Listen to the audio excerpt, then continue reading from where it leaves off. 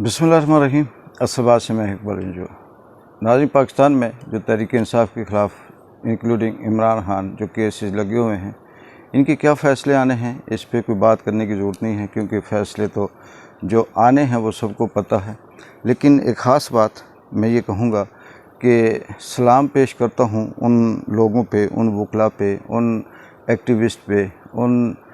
लोगों पे जो ये जानते हुए भी कि पाकिस्तान के अंदर लाकानूनियत है, पाकिस्तान के अंदर कानून किसी भी कोने खुदे से नहीं मिलता, इसके बावजूद लाकानूनियत के होते हुए भी वो कानून की जंग लड़ रहे हैं और उन्हें ये कोशिश कर रहे हैं कि कानून यहाँ पे नाफिज हो। मैं सलाम पेश करता हूँ उनको कि जो ये जानते हैं कि पाकिस्तान में जो भी हो रहा है ये सब का सब मैनेज है, पाकिस्तान में इंसाफ नहीं है और इसके बावजूद वो इंसाफ की जंग लड़ रहे हैं। हिम्मत है उन लोगों की जो वकला हैं, एक्टिविस्ट हैं या दीगर जो सियासी रहनुमा हैं, जो ये जानते हैं कि ये जो खेल है ये सारे का सारा फिक्स है, इस पे जीतने की कोई उम्मीद नहीं, यहाँ पे चाहे जितनी मर्ज़ी मेहनत की जाए किसी भी तरह से खेल उनके हाथ में नहीं है। इसके बावजूद वो जीतने की कोशिश कर रहे हैं और उनकी कोशिश ये है कि ये मैच वो जीतें। इसमें भी कोई शक नहीं कि उनकी हिम्मत पे और उनका जो जज्बा है उसको सलाम हो कि वो ये जानते हैं कि यहाँ पर मुसलसल झूठ बोला जा रहा है, सब कुछ मैनेज है। मीडिया के ऊपर बैठकर जो तबसरे तजिए, जो बिकाऊ साफ़ी जो बात करते हैं, ये मैनेज बात करते हैं, झूठ बोलते हैं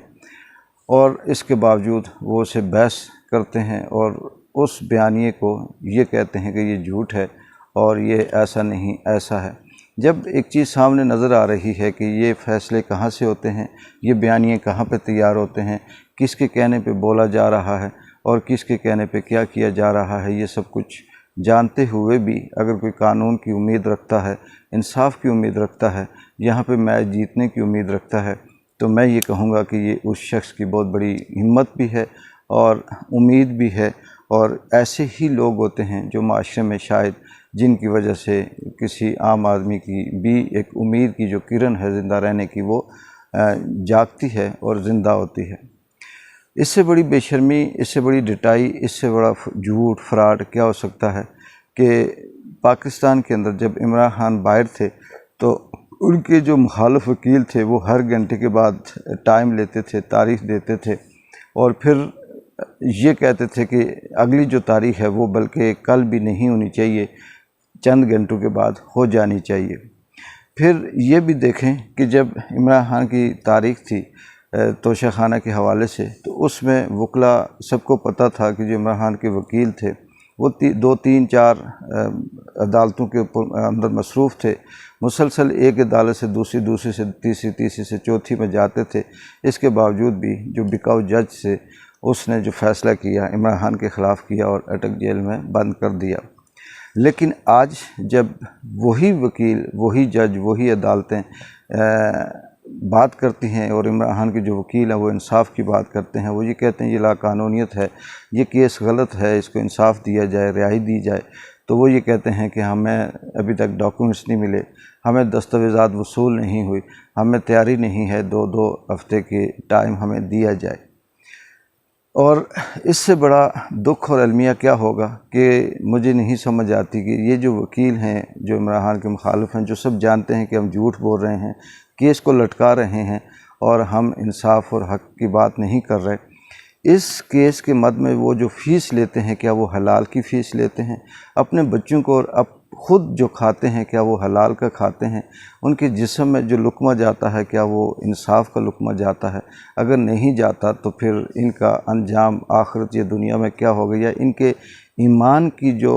लेवल है वो क्या होगा? क्या ये मुसलमान नहीं है, इनको मरने पे यकीन नहीं है, इनको अल्लाह के अज़ाब या अल्लाह का जो हिसाब किताब है उस पर यकीन नहीं है, कि जिनका मनसब ही यही है, जिन्होंने हल्फ इसी बात को उठाया हुआ है कि हम सच बोलेंगे, जिनके पास डिग्रियाँ इस बात की हैं कि हम इंसाफ की बात करेंगे, वो जब रोस्टर पे आते हैं और सरेआम झूठ बोलते हैं, जानबूझ के केस लटकाते हैं, दुश्मनी, नफ़रत, बुग़्ज़ की बुनियाद पे वो केस लड़ते हैं और ये कहते हैं कि जी हम अभी तैयारी नहीं कर सकते या अभी हम बात नहीं कर सकते या हम बीमार हो गए हैं, تو ہمیں مزید موقع دیا جائے۔ جو ججز ہیں ان کو بھی پتہ ہے کہ یہ جھوٹ بولا جا رہا ہے، اور جو وکیل ہیں ان کو بھی پتہ ہے کہ جھوٹ بولا جا رہا ہے، دشمنی ہے، نفرت ہے، کہیں سے پیچھے سے مینج ہے، فیصلہ کہیں اور سے آ رہا ہوتا ہے۔ تو یہ لوگ کس طرح سے اس دنیا میں آخرت کی بات اس لیے نہیں کرتا، آخرت کس نے دیکھی، بات کی بات ہے، وہ اللہ جانے، ان کا کام جانے، قبر جانے، ان کا کام جانے کیسے حساب ہوتا ہے، لیکن ان کو دنیا میں بھی خوف نہیں آتا۔ اور یہ کس طرح کی باتیں کرتے ہیں؟ کیا یہ جو رزق کماتے ہیں اس طرح کے جھوٹی تاریخوں سے، جھوٹی گواہیوں سے، کیا ان کے اندر کوئی اللہ کا خوف نہیں ہے؟ دوسری بات یہ بھی بڑی حیرت کی ہے کہ پاکستان کے اندر اس وقت جو کیئر ٹیکر گورنمنٹ ہے، اس کے جو وزیر داخلہ اور وزیر اطلاعات میڈیا میں آ کر یہ کہتے ہیں کہ ہماری حکومت آئین کے مطابق ہے، قانون کے مطابق ہے، جو غلط کرے گا ہم اسے سزا دیں گے، جن کا کام صرف یہ ہے کہ الیکشن کروانے تک یہ جو ملک کا سیٹ اپ ہے اس کو نگرانی کے طور پر چلانا ہے، اور اپنے طور پہ یہ یہاں پر کوئی بھاشن نہیں دے سکتے اور کسی قسم کا کوئی وہ نہیں آرڈر نہیں پاس کر سکتے۔ لیکن بدقسمتی سے کہ وہ وزیر قانون اور وزیر اطلاعات جن کی باڈی لینگویج بھی ساتھ نہیں دیتی، جن کے الفاظ بھی ساتھ نہیں دیتے، اور وہ یہ کہتے ہیں کہ جی ہم ایک قانونی طور پر آئے ہوئے ہیں۔ اس سے بڑا جھوٹ اس دنیا میں کیا ہو سکتا ہے کہ کس طرح سے فسطائیت سے رجیم چینج کی صورت میں وہ آئے، ان کو مسلط کیا گیا اور انہیں سیاست کی حکومت چلانے کی الف بے کا بھی نہیں پتہ، لیکن پتہ نہیں کس حساب سے اللہ تعالیٰ نے ان کو اس منصب پہ بٹھا دیا، اور وہ آ کے عوام کے ساتھ کھلواڑ کرتے ہیں۔ صرف اگر یہ لاقانونیت پاکستان کے اندر، ناانصافی، لاقانونیت، یہ جو فسطائیت ہے، یہ اگر صرف سیاستدانوں کی حد تک رہتی یا اداروں کی حد تک رہتی، یا اس سے کسی کو نقصان نہ ہوتا تو چلو پھر بھی بات سمجھ آتی تھی، لیکن ان کی لاقانونیت جگہ صحیح الگ بن رہی ہے، دنیا کے اندر مذاق الگ بن رہی ہے، لیکن عام آدمی اس سے جو متاثر ہوتا ہے مہنگائی کے حساب سے، ملک کے اندر جو بجلی کی قیمتیں ہیں، جو کھانے پینے کی اشیاء کی قیمتیں ہیں، جو عام آدمی جس مشکل میں پھنس رہا ہے، جن کی تنخواہیں نہیں ملتی اور جن کو ملتی ہیں وہ 10 دن کا گزارا نہیں کر سکتے، وہ بھی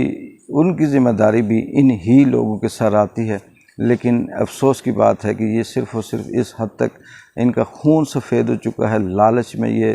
دنیا کی جتنی بھی فرعونیت ہے اس سے کراس کر چکے ہیں، اور یہ اپنی مطلب کی خاطر جھوٹ بھی بولتے ہیں، ناانصافی بھی کرتے ہیں، ظلم بھی کرتے ہیں۔ جب سے میڈیا کے اوپر پاکستان تحریک انصاف کی خبروں پہ پابندی ہے یا ان کا نام لینے پہ پابندی ہے، تب سے ہم دیکھیں تو ہر 15 سال،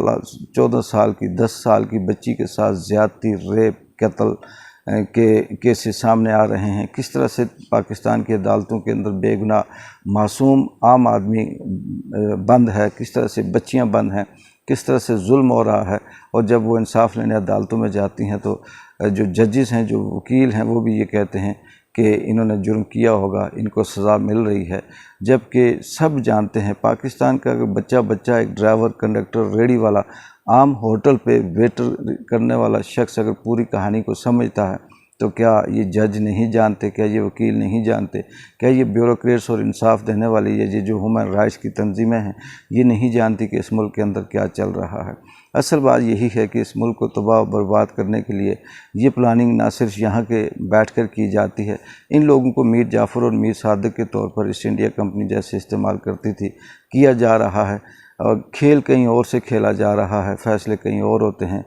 آرڈر کہیں اور سے آتے ہیں، ڈوریاں کہیں اور سے ہلتی ہیں۔ یہ مجھے لگتا ہے کہ یہ جو پاکستان کے اندر غلاموں کی جو سوچ ہے میر جعفر اور میر صادق کی، وہی پروان چڑھ رہی ہے 75 سالوں سے، اور اس وقت تک سارا ملک اسی کے قبضے میں ہے۔ دیکھتے ہیں کہ اللہ تعالیٰ کس طرح سے اس ملک پر رحم کرتا ہے۔ لاقانونیت بامقابلہ قانون کیا رزلٹ نکلتا ہے، انصاف بامقابلہ